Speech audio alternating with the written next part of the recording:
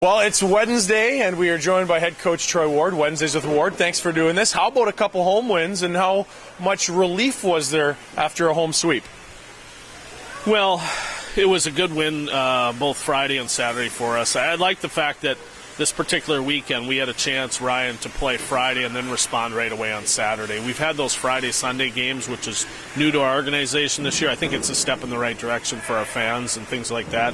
But on the playing side, we got to get right after it, and I thought it helped us on the weekend. There is the Christmas poem that 'twas the night before Christmas.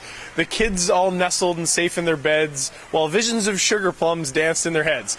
Do hockey players have visions of sugar plums? Is there distractions you worry about this time of year?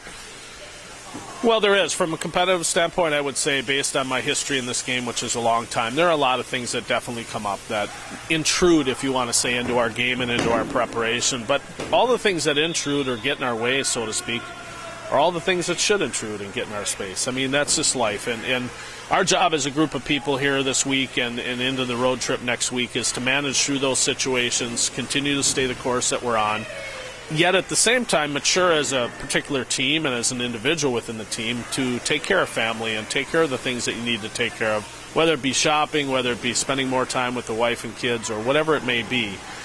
We just have to reach that level, but there are going to be some distractions, and we'll deal with it. As for your players and the time they'll get for the holidays, not a huge amount of time, but I imagine following that December 22nd game, a lot of guys will go directly home from Chicago rather than come back to Abbotsford? Yeah, they'll disperse from there, and they've already planned that throughout the fall, and they've got their flights organized and where they're going.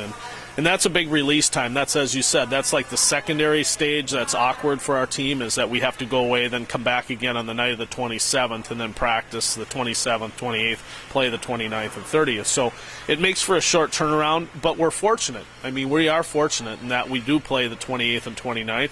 Teams in Texas, where I was before, they play the 26th. So you go home on the 22nd, you basically come back, have a morning skate, and play that night. That's a little bit more difficult. So we'll have the luxury of having two practices, but it's still tight. There's a newcomer to the team. His name is Russ Sinkowicz. He played 2 games last year with the club, I believe on the road against Manitoba. Do you remember much about him, and why did his name pop to the top of the list? Well, I guess just because I ran the D last year here and I was familiar with him, I thought he managed 2 good games for us in a short stint that he was with us. He was with Alaska last year when we brought him in. He's big. I think he matches a little bit of the mold we could use. He's a stay-at-home guy right now, and we kind of need that going into the holiday. So he was kind of the right fit, and the size was the right fit. He's a big guy, and he's played at this level. He's had some success.